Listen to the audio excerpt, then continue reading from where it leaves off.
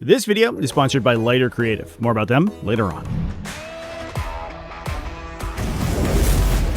What's up, folks? Welcome back to TacticalTortoise. My name is Trevi, and I'm excited to return to the Ridiculous Rules series, where we take rules, concepts in Warhammer 40,000 and break them down in excruciating detail. Today, we're talking about attacks, the attack sequence, and attack allocation in 11th edition. Now, as a preface, I am operating off of the rulebook that is currently available on the Warhammer community website. We are currently working without addendums or rules commentary, so there is a small but not insignificant chance that some of these rules may change, in which case I will either note those in the comment section of the video or just remake the video entirely. But with that, let's dive in. So attacks in 11th edition Warhammer 40k are broken down into what we colloquially tend to term as activations, but what the game defines as attack selections to shoot or to fight. Now, for the most part, we're going to be discussing shooting attacks in this video. However, it should be noted that melee attacks function almost exactly the same way. The difference is that melee attacks require that you attack enemies within engagement range of that model. Unlike previous editions of 40k, there is no way to chain attacks off of friendly models. Basically, all previous editions of 40k have allowed you to attack if you are either base to base or in a certain distance of another friendly model. That is no longer the case in 11th edition. Now you simply must be within 2 inches of an enemy. You are then able to delegate any melee attacks that you wish to there. Shooting attacks are a little bit more complicated. When you are selected to shoot in your shooting phase, you choose a type of shooting, which is typically dependent on the type of weapons that you want to shoot or the current board state. Most of the time, you're going to be using normal shooting. However, if you advance, so for example, these Blood Angels intercessors here have assault weapons. They, when they advance, can choose assault shooting to then fire assault weapons, which they aren't normally able to do. If you are engaged in melee, you can use close quarters shooting, or if you wish to fire indirect fire weapons, you can choose indirect shooting. An interesting idiosyncrasy of the rules is that if you do have indirect fire weapons and you wish to shoot them at units that you can't see, you can't do that while also using one of the other types of shooting. So, for example, a unit that advances and chooses assault shooting cannot then choose indirect fire shooting in order to fire a target that doesn't have line of sight to. You would be required, if you had assault indirect fire weapons or some other ability to fire while advancing, you would be required to use those indirect fire weapons in a direct fire capacity. There's a lot of idiosyncrasies with the indirect fire rules. I may make an entire video about it because I think there's a lot of weird nuances that people don't necessarily understand. But as I said, for the majority of this video, we're going to be talking about normal shooting. And so, for example, if we had selected our Blood Angels intercessors to shoot and they had moved 6 inches, they could use standard shooting to then target an enemy they had visibility to. Each model would choose one or more weapons they wish to make attacks with. So for the case of these intercessors, the intercessors do have bolt pistols, which are close quarters weapons. However, close quarters weapons cannot be selected to be fired alongside any other type of weapon unless you are a monster or a vehicle. So if they wanted to maximize their shooting, they'd have to choose their bolt rifle, and their auxiliary grenade launcher equipped model could also fire its auxiliary grenade launcher into a visible target. Each one of them could choose to shoot the Deathwatch intercessors over here. That would be a normal shooting activation, and we would move on to the attack sequence.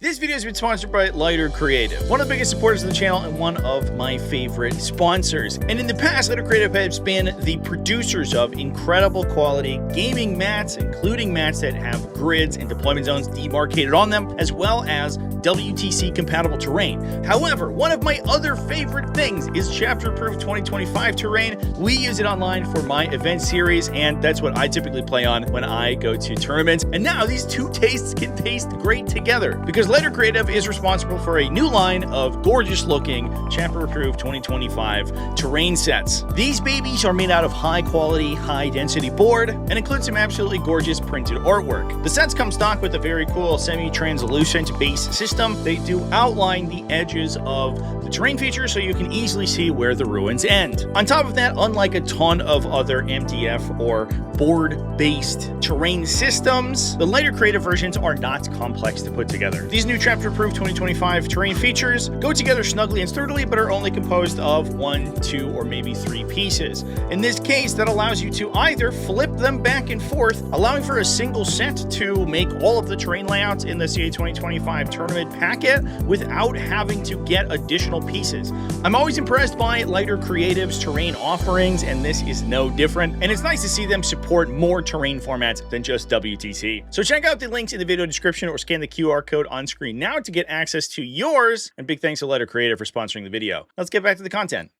What we're going to do is showcase these mechanics using a little bit more of a complicated activation, that being a Land Raider. So this Ultramarine Land Raider over here wants to unload its entire payload into this unit of Deathwatch veterans. I use the term intercessors here to refer to these Deathwatch veterans a couple times in this video because the models I used were labeled Deathwatch intercessors, and I kept reading that and then just reciting the name, but that is erroneous. These are, in fact, Deathwatch veterans. The Deathwatch veterans have an interesting smorgasbord of different defensive profiles, which allows us to discuss the wound allocation mechanics of 11th edition. Now, I've broken down all of the Land Raiders' weapon systems here in different attack pools. As soon as you select a unit to shoot, you then select targets for all of its weapons. It, in fact, doesn't even have to fire those weapons at all. You can select a unit to shoot, and then for each of its weapons, you choose a target issue if you wish to. However, if you don't want to do too much damage, or you don't feel like resolving certain attacks, you are not compelled to roll them. In this case, it is going to put literally every single gun into these Deathwatch intercessors, and then we go down the attack sequence for each weapon system individually. For each weapon, we determine what are called identical attacks. These are attacks that are affected by the same special rules and have exactly the same stats, those being weapon skill, ballistic skill, strength, armor penetration characteristic, and damage. It's important to note that this weapon skill and ballistic skill characteristic must be the same for all weapons in the unit in order for them to be treated as identical attacks. This can come into play once we start talking about cover,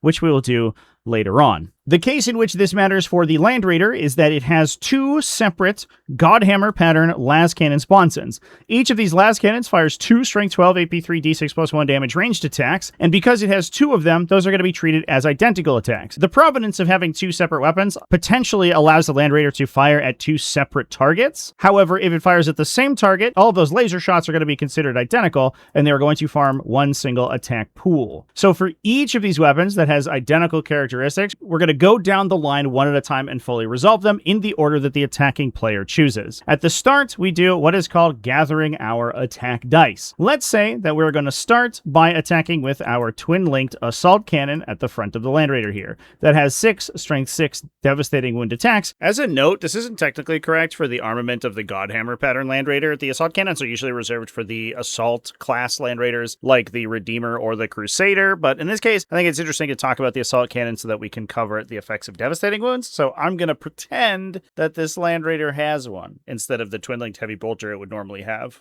So we are going to gather an attack pool of 6 dice. These are then all resolved together in one big batch. In previous editions of 40k, the mechanics assumed that you were rolling attacks individually, and then in some cases allowed you to group them together. In this edition, all identical attacks that are targeting the same target must be fully resolved. Now, I should mention as well that if you do choose multiple targets for your unit, you must fully resolve all of the attack groups against a single target before you move on to attacks targeting a separate unit. So even if I wanted to split off my Godhammer las cannons to a separate target, for example, I would go ahead and resolve all of these attacks targeting the first Deathwatch veteran unit, and then I would go ahead and resolve these las cannon attacks into the second Deathwatch veteran unit, even though they are identical to the las cannons firing at this one. You fully resolve all attacks targeting one target first, then you move on to the next unit that you're going to attack. And the choice of the order in which you resolve these and the order in which you attack those units is totally up to the attacking player. So as I said, we're going to go ahead and resolve our assault cannon attacks.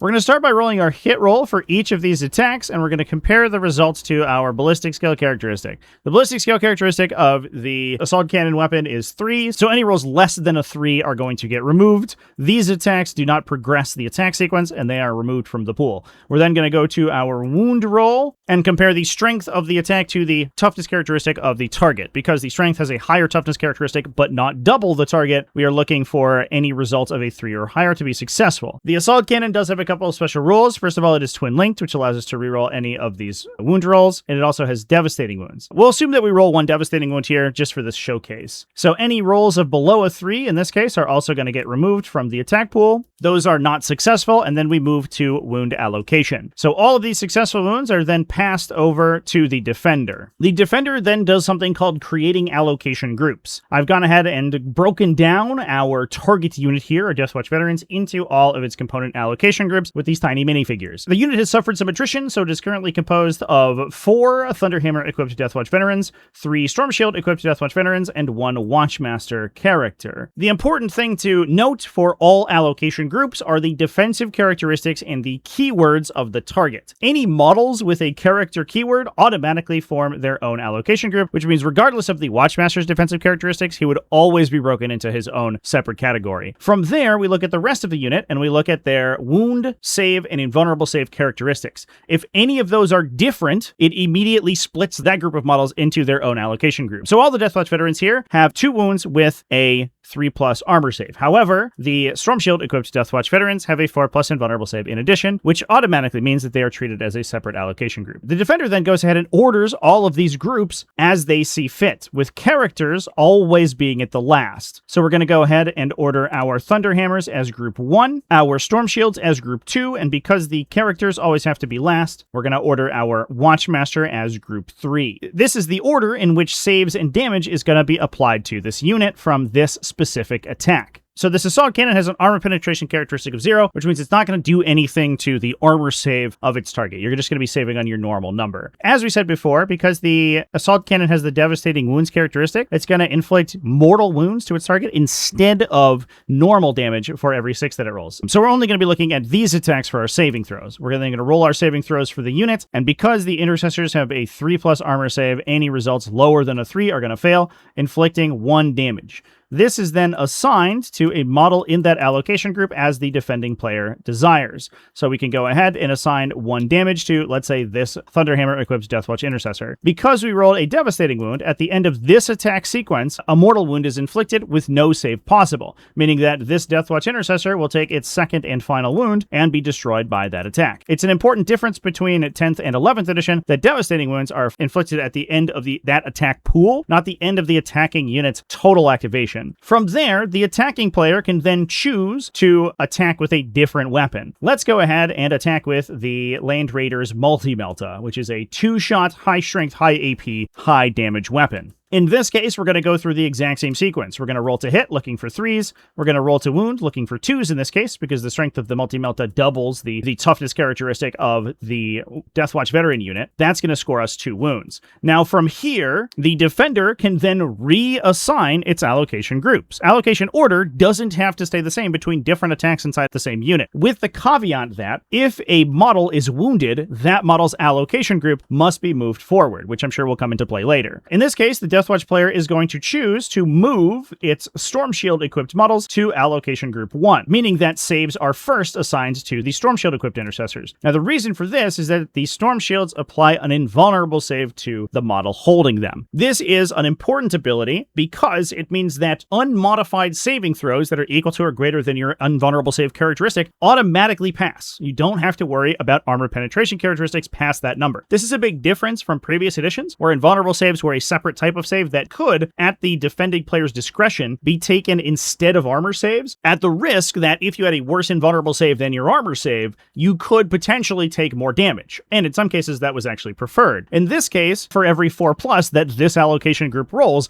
they are automatically going to pass their save, regardless of any other modifiers. So we're going to go ahead and roll our saving throws, and it looks like we have a 5 and a 3. Now, the armor penetration characteristic of the Melta is very high, so it's going to punch through the normal armor save of the Storm Shield equipped veterans. However, as we just said, the invulnerable save automatically makes any saving throws that are made for that allocation group of a 4 or higher pass, meaning that this save is going to be passed regardless. The second save will be assigned to the group, and the defender can choose 1 model inside that allocation group to suffer the damage. At this range, the Multi-Melta will be lethal to the Storm Shield intercessor, so we'll end up losing 1 casualty to that weapon. It should be noted as well that any random damage weapons, so for example, if we had a D3 damage weapon, these would be assigned 1 at a time to the defender as they receive damage from failed saving throws, starting with the lowest to the highest. This would be resolved 1 at a time and then applied individually just as it has in previous editions. Now from there, we're going to go ahead and resolve the Storm Bolter on the attacking Land Raider. This is just a Strength 4 AP 0 pintle weapon, mostly used for defense against infantry. Again, we're going to be looking for 3s to hit, and because the strength characteristic of the weapon is equal to the toughness characteristic characteristic of the unit they are attacking, we're going to be looking for 4s to wound, meaning that an additional one of these attacks goes into our trash pile. That gives 2 saves to the Deathwatch veterans. Again, because the Deathwatch veterans are currently undamaged, we can choose to reorder our allocation groups.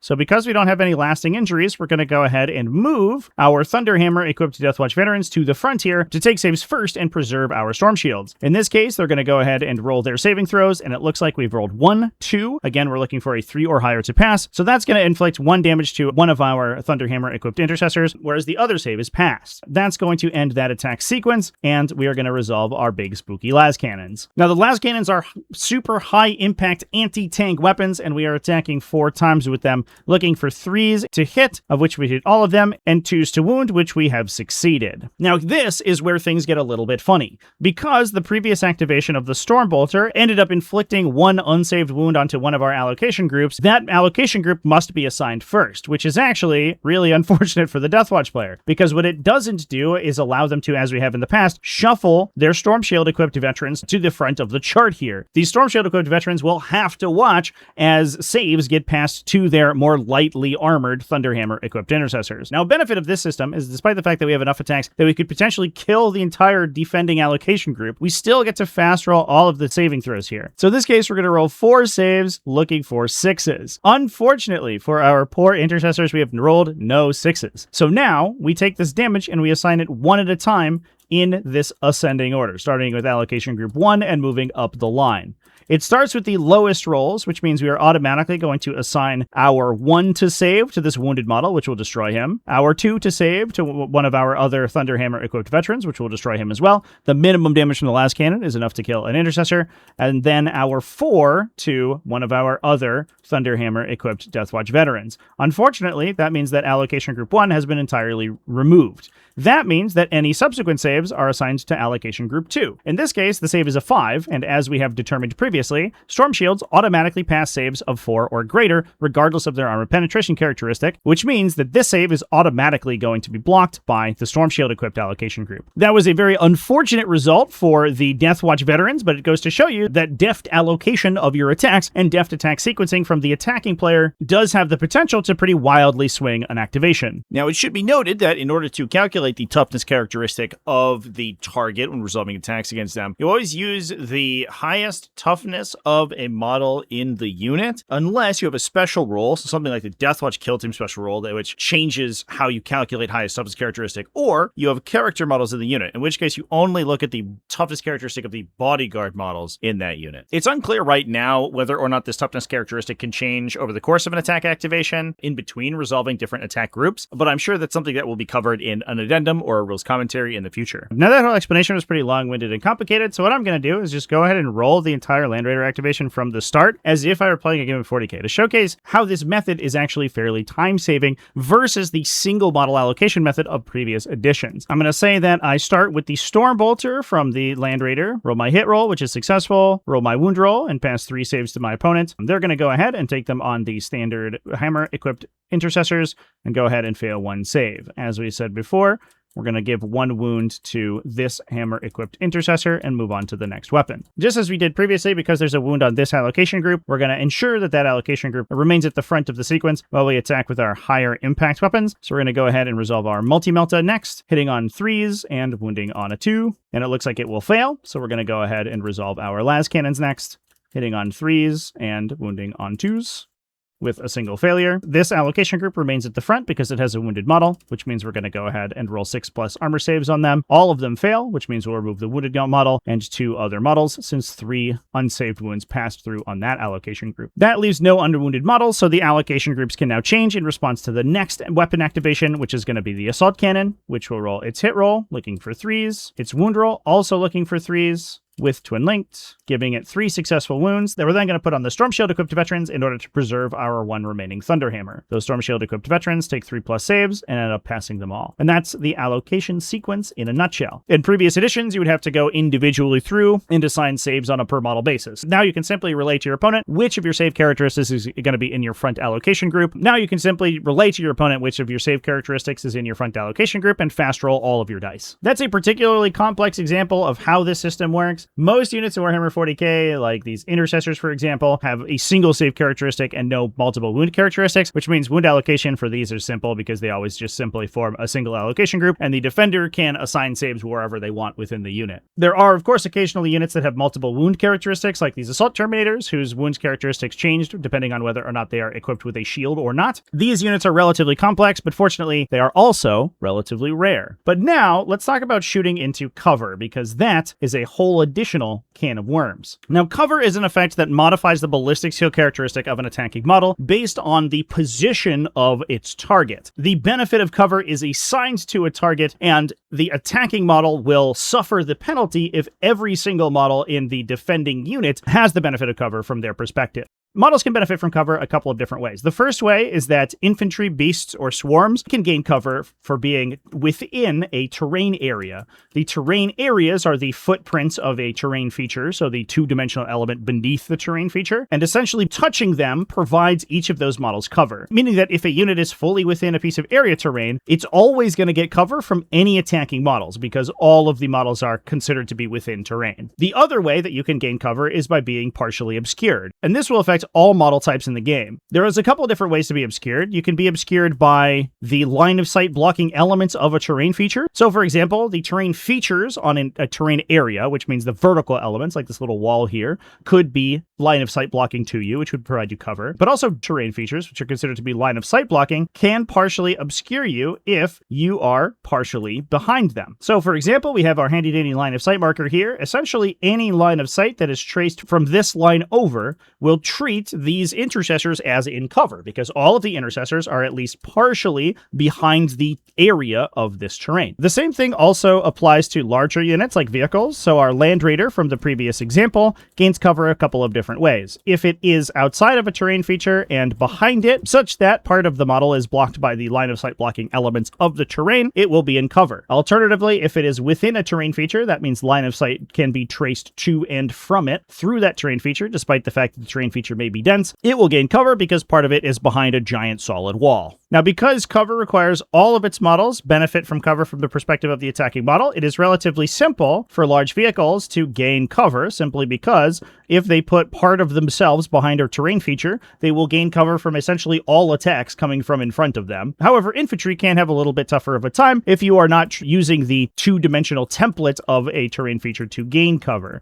For example, this unit of intercessors that was partially within, partially behind, and partially out in the open of terrain would not gain cover if the attacking models could have full unobstructed line of sight to this one intercessor. If that was the case, then they would end up not benefiting from cover. Where this gets really hokey, however, is when you have some models in a unit that do or do not have unobscured attacks into a particular target. Let's say, for example, that our intercessor squad wants to attack these Deathwatch veterans. Any models in our intercessor squad that are over in this position would be able to attack the Deathwatch unit without suffering the cover penalty, because essentially they would be able to target their attacks on the Deathwatch veterans that are not inside the terrain feature, giving them clear, unobstructed line of sight to one or more models in the defending unit. However, things get really weird if we have the remainder of our intercessor squad over here, for example. This is still coherent because we just have to be 2 inches away from another model in the unit, and everyone has to be within 9. And these guys can still target the intercessors because they can see models that are inside that terrain feature. However, they cannot see the models back behind the terrain feature. Because this makes these models in the unit not fully visible to the attacking models, the target is going to benefit from cover when resolving attacks from these two specific intercessors. This determination locks in when you target a unit, which essentially means after you select the unit to shoot and select which weapons they are firing. You'll say, I'll go ahead and fire my auxiliary grenade launcher as well as my bolt rifles from these two models, and those attacks are going to target these Deathwatch intercessors. You make the determination for cover at that stage, which means that those attacks suddenly suffer -1 ballistic skill until the end of that attack activation. As we mentioned towards the beginning of the video, in order for attacks to be identical and grouped into the same attack pools, their ballistic skill characteristic must be identical, which means that for this particular activation, these 3 Deathwatch intercessors would form a distinct attack group with all 12 shots from their bolt rifles targeting this Deathwatch veteran unit, whereas the 8 shots from these 2 models' bolt rifles would form a separate attack group because their ballistic skill characteristic is lower. You're then going to go through the exact same procedure as we just did, with the caveat that you're going to fully resolve all all of one of these groups attack separately, that's going to go through the same allocation group system as we did for the Land Raider. You're just going to do that individually for the set of 8 and then the set of 12, which could potentially change where the defender wants to assign their attacks if you don't have any spillover wounds that would require one of their particular allocation groups to land in one place or another. It should be noted that in some cases you can use these cover rules to your benefit by breaking large pools of dice into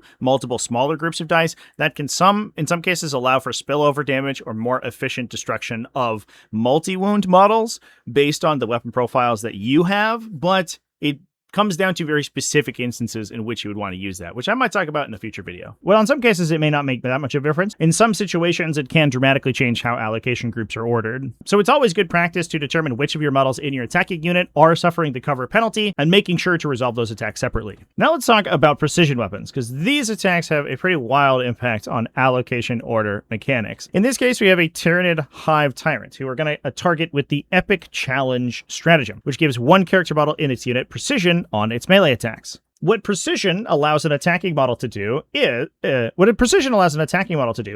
if there's a character visible to it when resolving its precision weapon attacks, automatically force that one character to the top of the allocation order. It doesn't let you change any other allocations, so it doesn't, for example, force you to take saves on different allocation groups within the remainder of the unit. And if there are multiple characters in the unit, it doesn't let you spill over additional attacks to a second character. You choose to precision a single character effectively. However, this does mean that when resolving large batches of attacks, all low saving throws are automatically going to first be assigned to the character itself. So we'll go ahead and say our Hive Tyrant has been selected to fight. It is choosing to fight the Deathwatch Veteran unit within 2 inches of it, and it's choosing to use precision to force the Watchmaster, which it has visibility to the top of the allocation order. It's going to start by using its monstrous Bone Sword and Lash Whip, which hits on 2s and will wound on 2s with a reroll. From there, we're going to go through the same allocation process as we did before. However, the Hive Tyrant's controlling player is going to choose to force the Watchmaster to the front of the allocation order for this unit's melee attacks. This means that when it hands the unit 5 saves, those saves are going to start beginning from the lowest and moving to the highest to be assigned to the character inside the unit. In this case, we're going to go ahead and roll, looking for 4s or higher to save on these first 2 allocation groups, since all of these models have a 4+ invulnerable save. Unfortunately, we didn't roll particularly well. We rolled 2 saves of a 4+ and a 1 and 2 2s. Starting with the first allocation group, we're going to assign the 1, which is going to inflict 3 damage to the Waspmaster, then the 2, which is going to inflict 3 more damage to the Waspmaster and destroy him, then the 2 to allocation group 2, which is going to be the Storm Shield equipped veterans, which will kill one of them. Then the 2 4s will be assigned to allocation group 2, which will automatically pass due to the invulnerable save characteristic of this unit. That means that when you have these high volume, high impact precision attacks, there's not really that much of a chance for the character model to sort of scam you out of saves, because all of the low saves are going to be automatically assigned to that unit. Fortunately, it does mean that they can use the Storm Shields to protect the remainder of their unit from any spillover attacks once they hit the character, but it does mean the character is going to take all of those low hits first and be destroyed. It is important to note that you do need visibility to the character in order to resolve this effect, though. If the Watchmaster was behind a building or something, even though we're in melee,